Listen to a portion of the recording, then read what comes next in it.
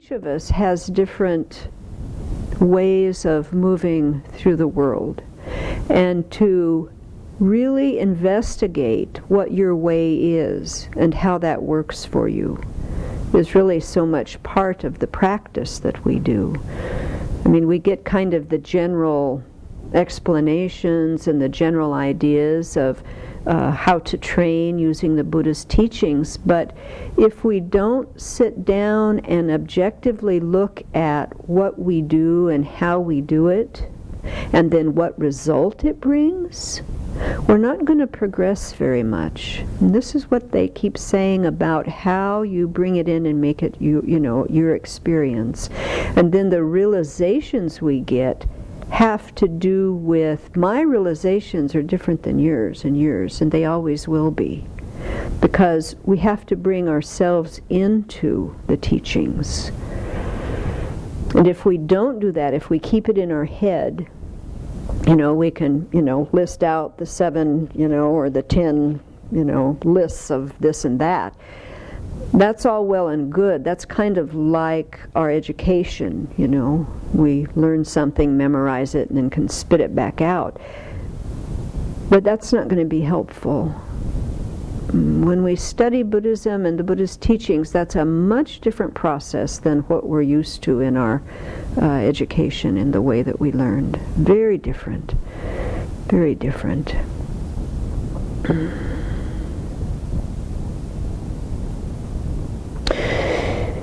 So, making the strong determination, setting a motivation each day to pay attention to my speech is a very helpful practice to get involved in and to do every day. Now, if you're going along and over time and over practice, you've subdued your speaking pretty good, then that may not be the one that you're so focused on. So again, you have to keep bringing all of these into what it is inside of you, what goes on internally. And of course, we can't figure that out until we sit down and start investigating and really take stock of, where do I get in trouble? And what does that mean? Where do I notice that I say, do, or think something and I don't feel so good about it after I've done it? And again, each of us has a different story around that, each of us. And so you have to figure out what your particular one is, and where it can be, kind of dangerous waters, yeah? And how are you going to protect yourself from that?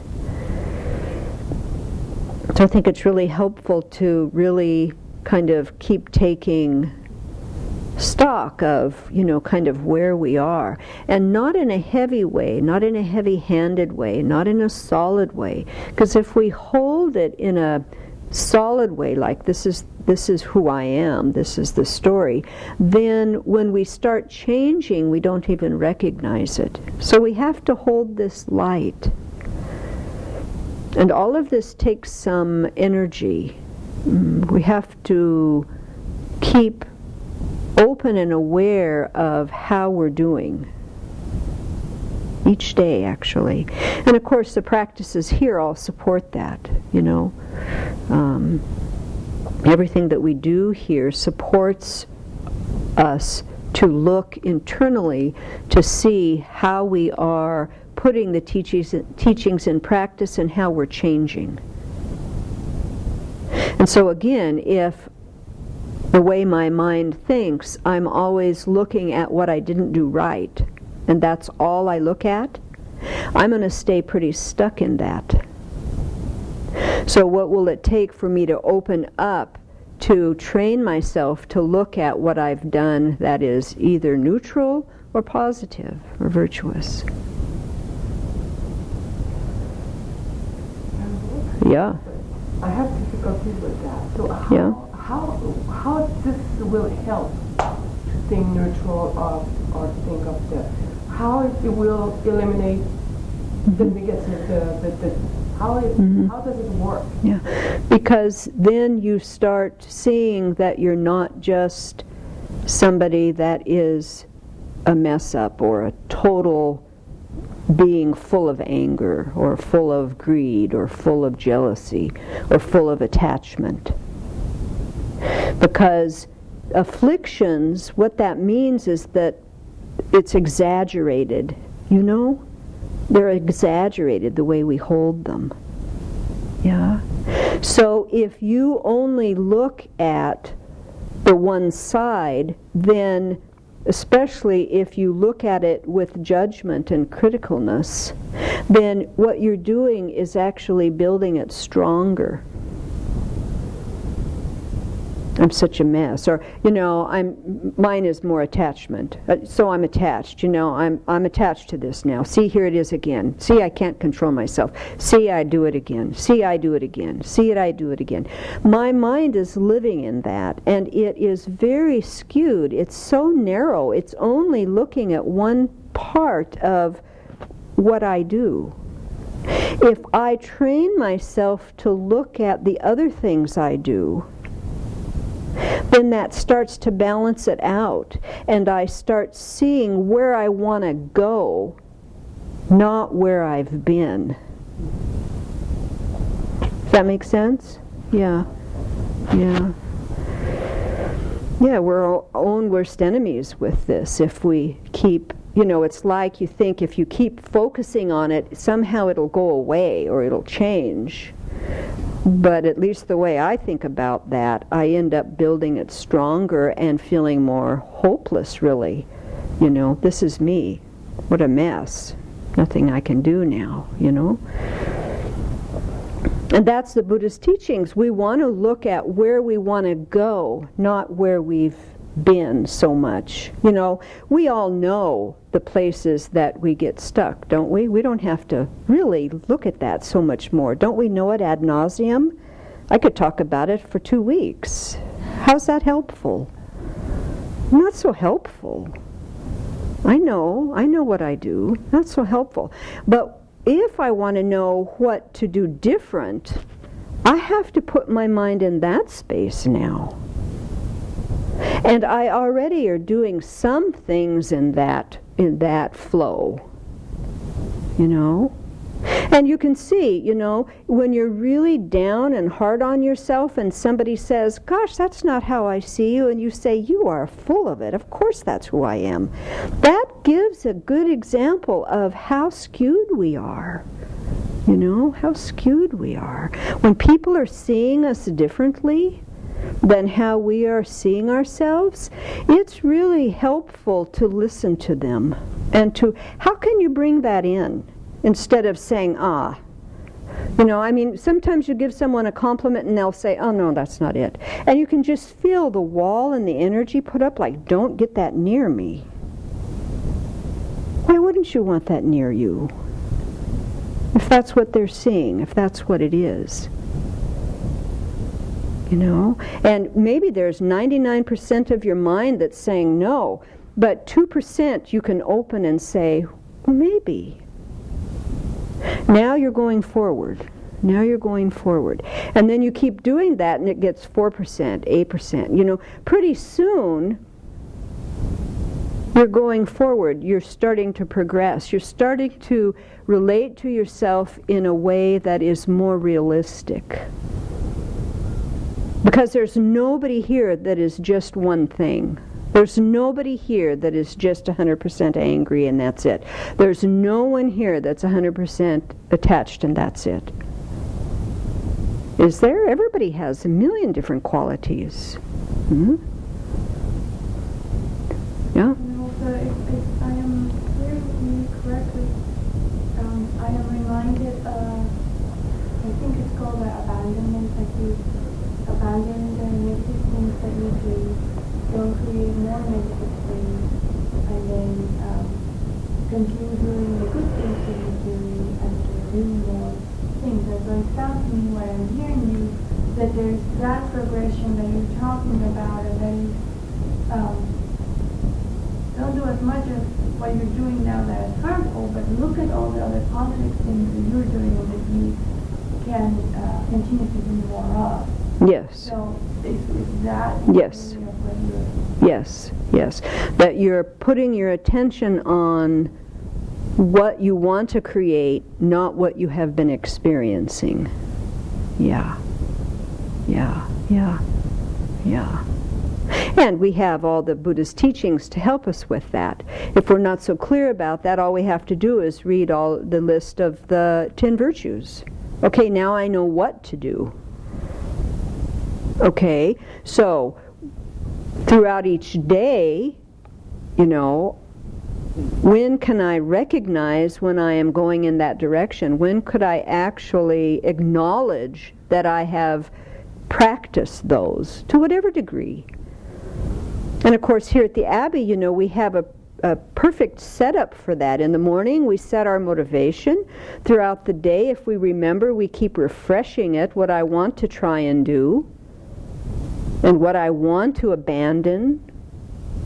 And then at the end of the day, I always take stock in that, and then that fuels my purification.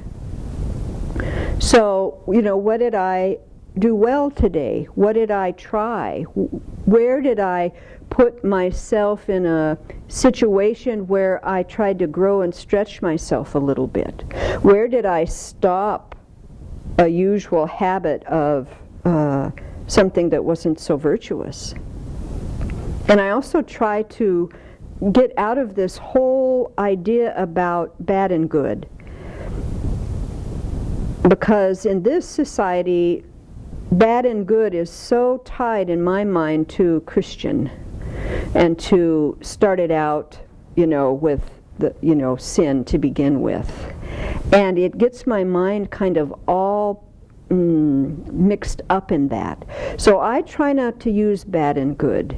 I'm not bad, not good, because if you use that, then, at least for me, then I feel like already, I've kind of failed. So it doesn't help me.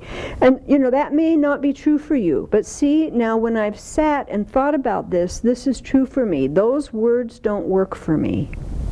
For me, that kind of can bring up some shame or some guilt. It doesn't work for me. So I get rid of those words. I train myself not to use those words because they don't help. So virtuous and non-virtuous works very well, because I sure never heard that in my family or in, really society here so much. So that I can work with. That's new and fresh to me. And I want to go in the direction of virtue. That makes sense to me. And I don't want to do things that are non-virtuous. And that I can bring inward. What does that mean? When I do something non-virtuous, I have pain in my heart. I have pain in my heart. Now, what do I do with that pain? Do I beat myself up? Do I criticize? Do I judge myself? How helpful is that? Where does that get me? When I've done that, and I've done that a lot, it never has benefited me. Ever.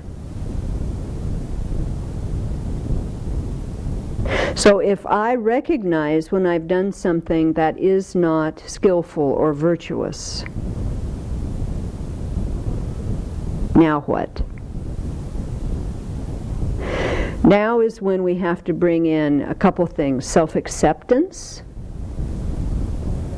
So what does that mean? I looked up the word a little bit to get some... Where'd I put that? So acceptance is acknowledgement, approval, recognition. What's the opposite or the antonym? Rejection.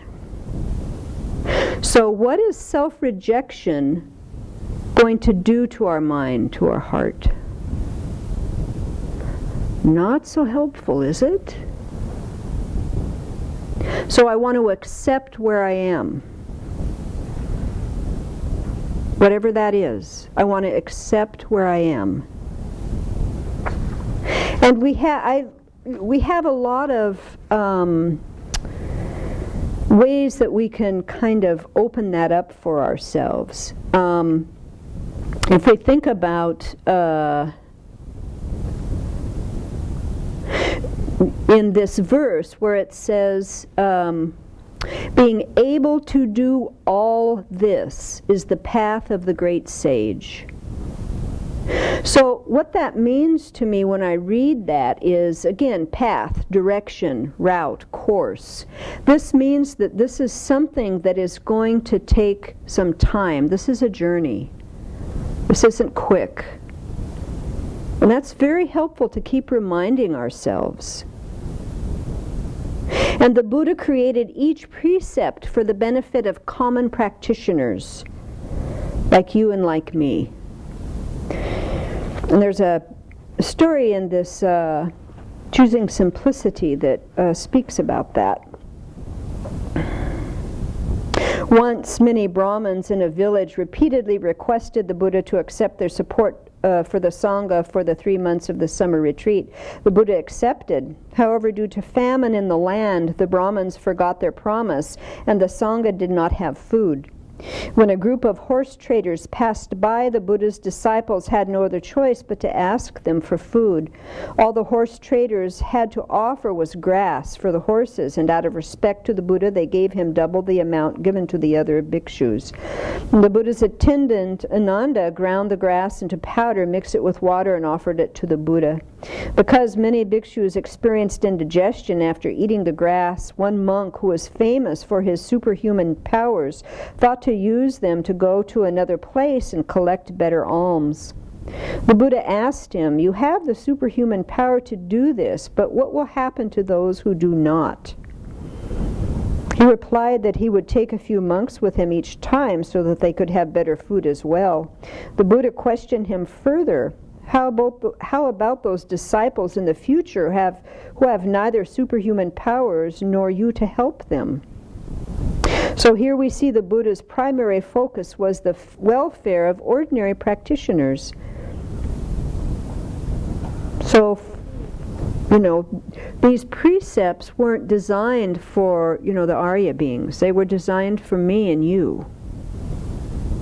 And so I think it's really helpful to think about, how we're going to use these teachings to work with where we are right now. And to have some kind of humbleness about that. I am not going to do things skillfully for a very long time. How can I be okay with that? And still work with my mind and still work with the path so that I can progress. Again, it's not by continually to focus on the things that I am not doing well. If I just focus on that, I'm going to give up. This is a long journey. It's a long journey. We have to figure out how to feed our heart and feed our mind so that we can continue to go forward and have some joy and some energy behind what we do. And also if we look at Venerable too, the other thing that she uses so much is humor. When you mess up, you can kind of find some humor and laugh about it. Yeah? I mean, that works, doesn't it? Yeah, punch in the nose. Yeah, Venerable Yeshe was going to get a punch in the nose last night in Posada. Yeah. And you could just feel the energy. It got lighter, And then what does that do? That gets us all together again, It's not like here's this one mess up and everybody else is perfect. It's like we all are struggling with all the same stuff. So let's support one another while we do that. And so our posada is no different, really, than what the lay people here did last night, You do the purification verse, and then you review your precepts, and you think about them, and you bring them into your mind, and you see if, trying to work with those and train yourself into those is going to be beneficial for you or not. And I think most of us know, we've made the decision, it's going to be beneficial. Yeah, is there anybody that thinks these precepts are going to mess us up and not going to be helpful? No. So we try as best we can. Every day, every day, every day. So again, you have to look in your mind to see where you start getting stuck. So we have to really develop this introspective awareness so that we can see how our mind gets stuck. And what does that mean? To me, what that means is when I feel like I have an affliction in my mind, I'm angry, I'm frustrated, I'm jealous, I'm whatever it is, that is what then to start looking at, not in a harsh way, not in a judging way, but in, okay, what brought this forward this way? And I know enough now that that's not helpful for my mind. So, how did I kind of get off track all of a sudden? What's going on here?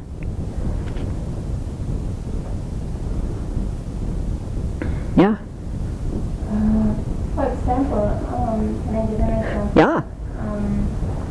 Let's say I could.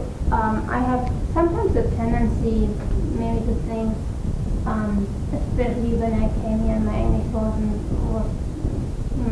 I was much more unsure to speak than now, but and then this comparison going on, kind of everybody of you, how clear you are, and so on.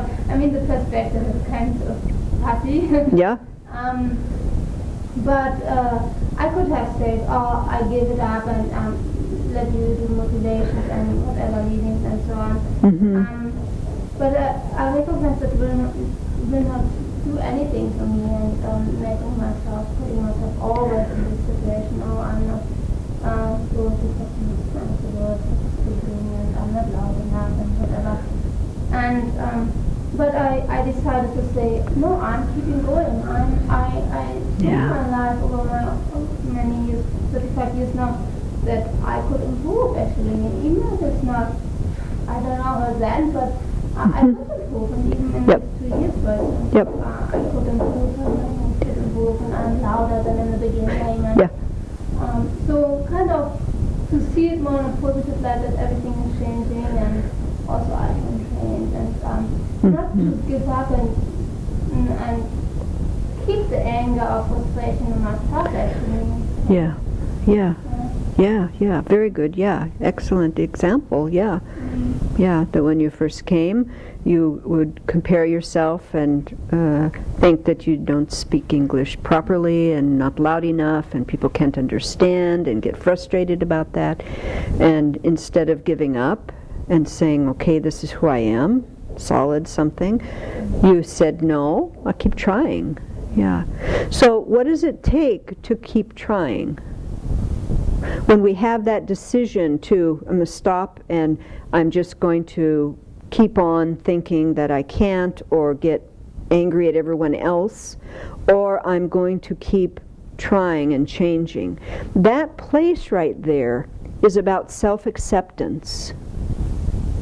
If I don't accept where I am, if I have in the back of my mind I should be there and I'm here, then I'm going to stay stuck until I recognize I'm here. Yeah? And also, not only self-acceptance, but to either have some confidence in ourselves, or if we don't have confidence in ourselves, we have confidence in our teacher. who has confidence in us. I used that one a lot at first. When I would get really stuck, I would say, well, if I can't do this, vulnerable children would not say it'd be okay to be here. If I couldn't do this.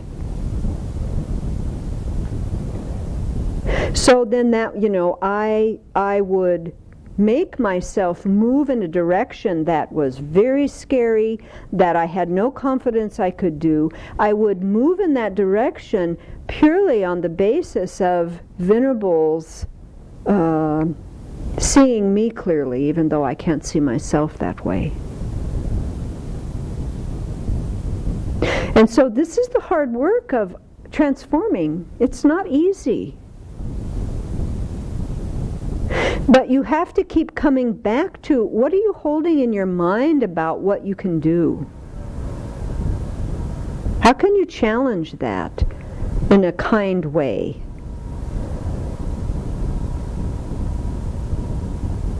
How can you challenge that in a kind way?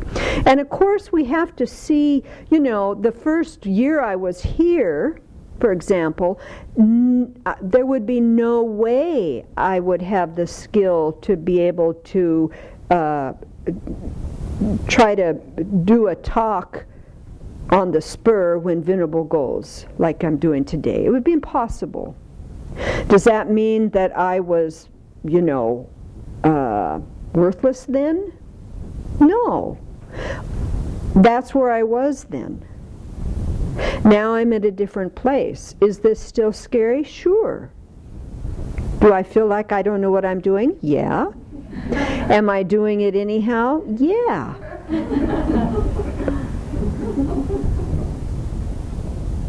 That's self-acceptance, And even if what I say has no help to anyone out there, it is helping me get clearer, at least.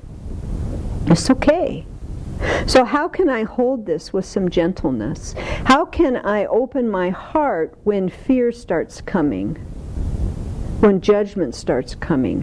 What does that mean, that you open your heart? What does that mean?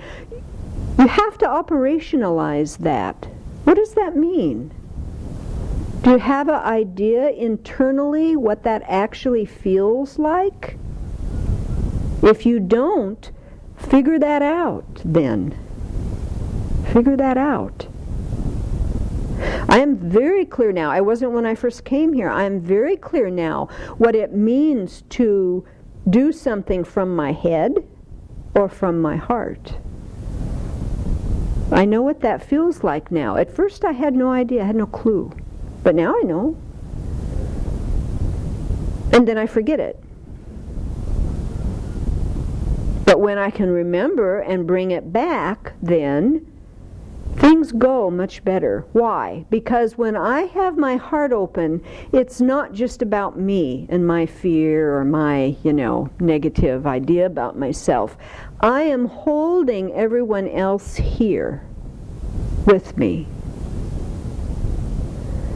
That's a whole different experience than when I'm fearful and I'm shut off and here I am and there you are. I've done that before too. I know what that feels like. And so when I've done that before and I know what that feels like, I have the choice. I can beat myself up and criticize myself. What a jerk. You don't know what you're doing, blah, blah, blah. Or I can say, well, each moment that I do this, now how can I do it a little differently? How could I trust myself? How could I trust all of you in the room here that you won't stone me while I'm sitting up here, whatever the mind is thinking, Yeah? So we have to challenge that junk in our head, that's obviously absurd thought, but what I'm getting at is we have to pay attention to what I'm thinking and then see how, distorted that is, and then change that. Try try, and it's not going to go perfect, and that's fine. Yeah. So I wanted to share something that my mentor taught me when I was in teaching school that I found quite helpful. Was that she said every day in the classroom, your job is to try and build one small success. Try and set it up such that people can do something and succeed. Yeah. I often think Venerable Children build this for us too. Yeah. But most importantly, that I try and build it for myself. Yeah. To be like, okay, let's try this small new thing and celebrate that at the end of the day. Say, okay, tried it, and just the effort is good enough. Yep. That helps my mind to stay positive. Yeah. Away from the, you didn't do this, you didn't do that. Yeah, very good. And that's like, just like what you were saying, where do you put your attention? And now when you were saying that, Ruby, how many people in here felt some resistance to that? Did you feel some resistance to that? Yeah, if you did, or like, oh, I don't know, or I can't, or, yeah, that sounds good, but. So if you had any of that, then that's the place that you work with, right there. Right there. That's the place you work with. Alicia? That one of the things that helps me when I make mistakes, and I've had to really adjust, because coming here is a great big adjustment for me. So the way that I have gradually learned to deal with my mistakes and my lack of knowing is that when someone admonishes me, I think that even then actually I'm being helpful, because I'm providing an opportunity for this person to learn how to admonish and how to guide. And so it's a kind of a reciprocal relationship. They're guiding me, but in doing that, they are practicing guiding others, which is part of the path. And I am practicing letting myself be guided. Because both of us are practicing the path at the same time. That's a high-level practice that you do. I'll tell you. Will you teach me how to do that later?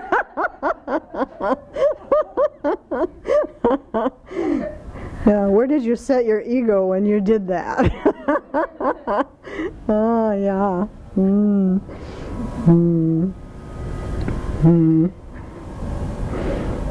Yeah. And so I think, to really look at this idea about how our mind is making evaluation as we go through our day. The two extremes is criticizing others, and then after, at least for me, after doing that for some time, which is painful after some time, isn't it? That I'm always criticizing. And in this community especially, if you keep your mind in that spot, it's, at least for me, it was quite painful, because just thinking that way, I separate myself from the others. And that is so painful. But even though I do that, they still care for me and still offer kindness. And to me, that's what really changes us. I'm acting like a poop continually, and I'm still getting people being kind and not rejecting me over and over and over again. After a while, it's like, drop it. I got to drop that. I got to drop that. Because they keep relating to me as they see me clearly. And what I'm holding is this distorted view. Then after some time, then I turn that, and this is all self-centered ego that's doing this, self-centered attitude. Then it turns inward on myself. Okay, everybody out there's fine. It's me. I am the worst, And so then you have to work with it there, And, your process may be totally different than this. Again, I can't stress enough how to look at what the pattern is internally for you. Are you judging others outside more, or are you judging yourself more, or is there a mix of two? Pick one and start working with that now. Where do you want to go? You know where you are. Where do you want to go? If you don't make that determination and set your sights on something different, you're going to stay stuck. Because that's how the brain works, you know. We do something over and over again and we have this groove in our brain. And the moment some of the circumstances come forward, we do that same thing. And so then we're reinforcing it and making it even stronger. For me to interrupt that and do something different takes a whole lot of presence of mind, mindfulness, courage, kindness, self-acceptance, trial and error, all those things to turn it. It feels like turning the Titanic, you know. It's like this huge thing, and like Ruby said, you know, I put this huge effort into it, and, you know, I do this itty-bitty little thing, seems like. But it's only itty-bitty compared to this huge thing I've been doing, which is the opposite. So I'm not going to focus on that, I'm going to focus on this. We keep focusing our mind on what we want to do, not what we've been doing.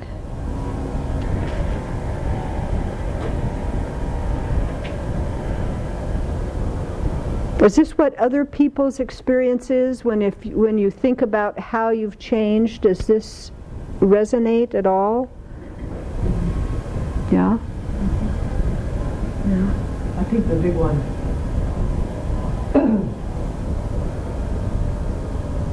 gosh, I was telling, I think it was Ruby the other day, the first 3 years of EML, I was a sobbing mess on the floor in this room. You know, the old patterns were just so threatened by me being here that it was the old story just manifest and dramatized over and over again. And to hear Venerable continually say, it's not true about you, or that's not the way that we see you, over and over again, I just didn't want to go there. It was too scary for me to think of the possibility that I was something else besides this, whatever, insidious, unworthy, whatever it was, you know. But so I think that until I can gain my own wisdom, having the community affirm the reality that they see is helpful. And at some point in the past maybe year and a half, that has started to turn where I see the wisdom of my own potential much more clearly. And so the community still supports, but I'm also relying more and more on myself to be able to discern when I'm really ditching it and when I'm seeing myself in a self-accepting, understanding kind of way.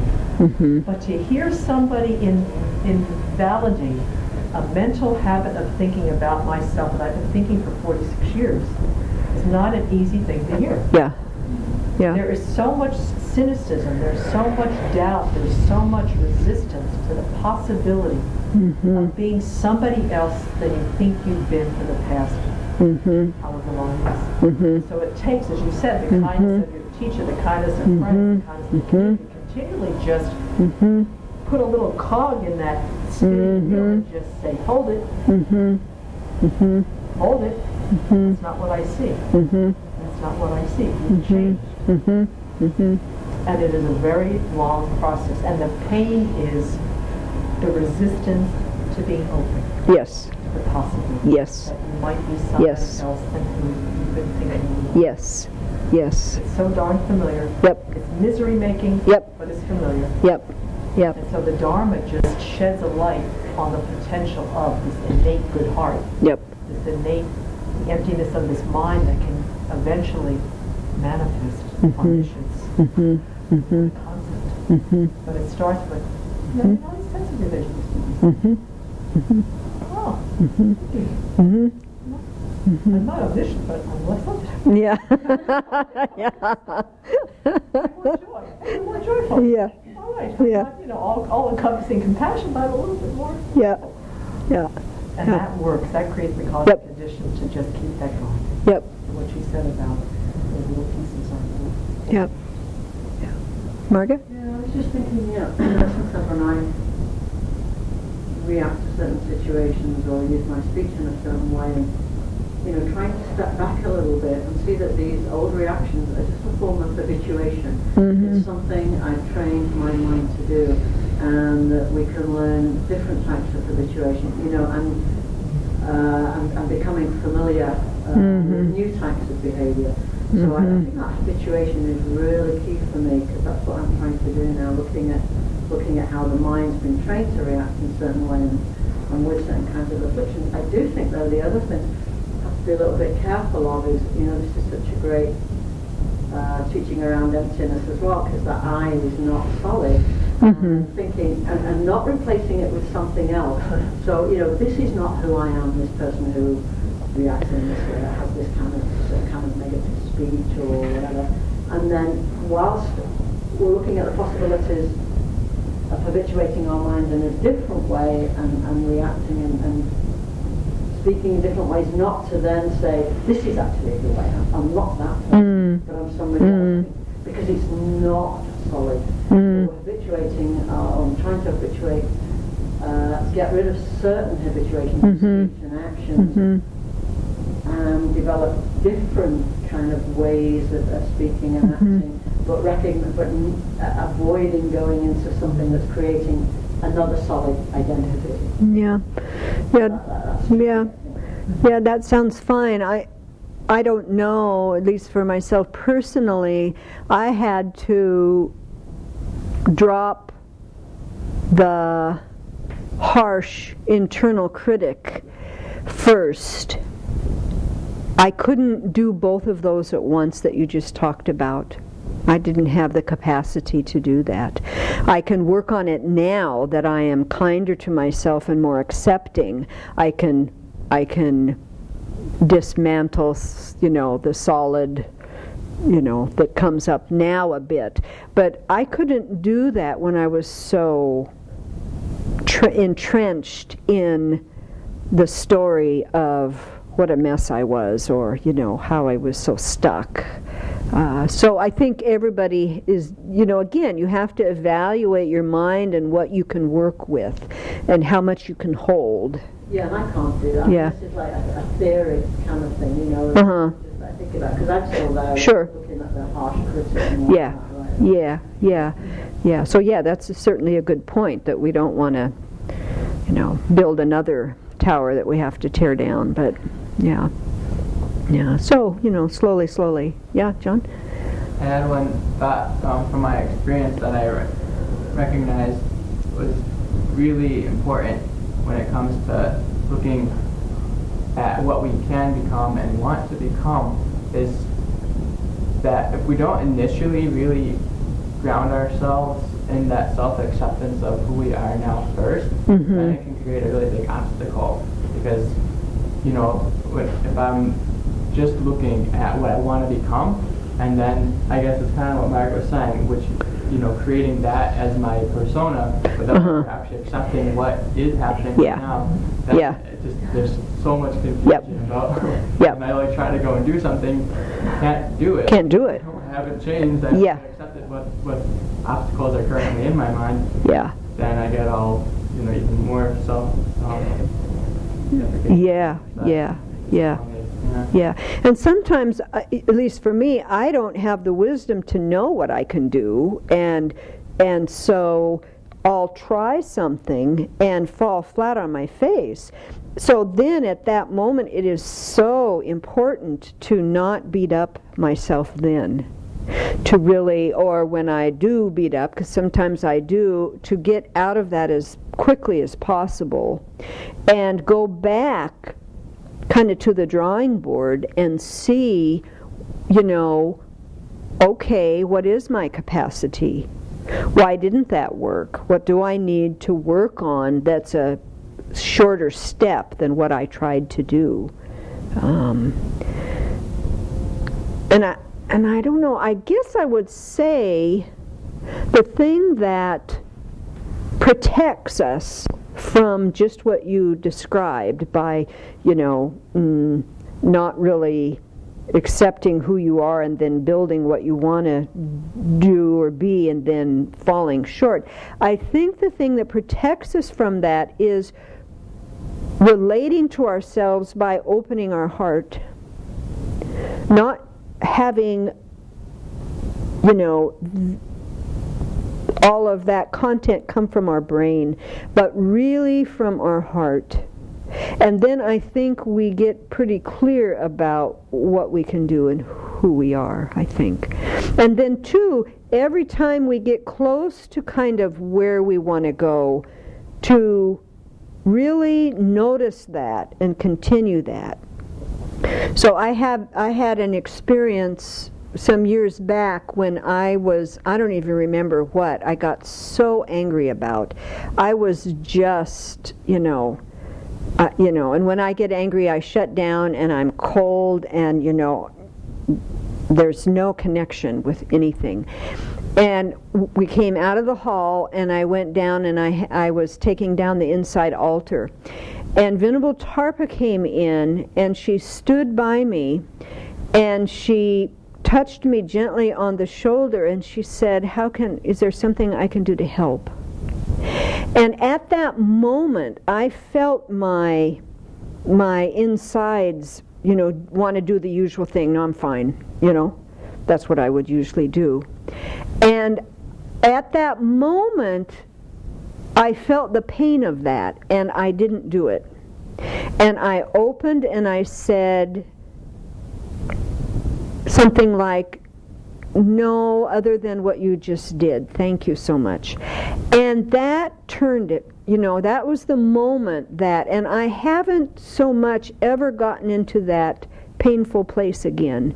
So I had the experience of what it feels like to open and go towards something instead of the usual habit of shutting down and, getting, how we dig our feet in, whatever it is, it's like, ugh. And not doing that. And I felt the relief of that. I felt the relief of not doing that. And that was huge. So anytime you can do it different and feel that change from a heart place, that's what keeps us going forward, I think, Is that making sense? Yeah. Yeah.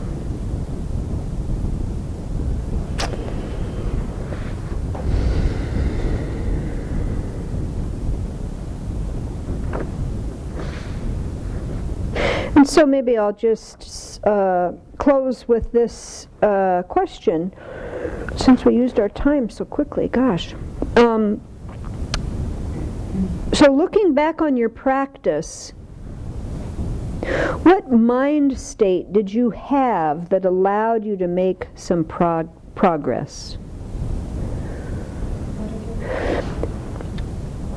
What mind state did you have that allowed you to make some progress? If you look back on your life, and we all have memories of when we grew, when we made progress. What was that mind state? What was that heart state? If you can't call that up, if it's not too clear, then consciously do a virtuous action with as best motivation as you can, and then feel what that feels like. Get in touch with what that's like. Yeah, and we do that kind of thing all the time, spontaneously often, Someone's walking in front of us and they trip and we grab their arm so they don't fall. Whoever thinks of that? That look at what you just did, that you were being helpful. Someone's struggling trying to get in the door because their hands are full of stuff and you open the door for them. How many times do I actually notice that you did that without even a thought? And what is that action? Such kindness. We're doing these kinds of things all the time and we never acknowledge them to ourselves. But if you ask me what I'm not doing right, I can give you a litany for 2 hours about that. That's not going to work so well,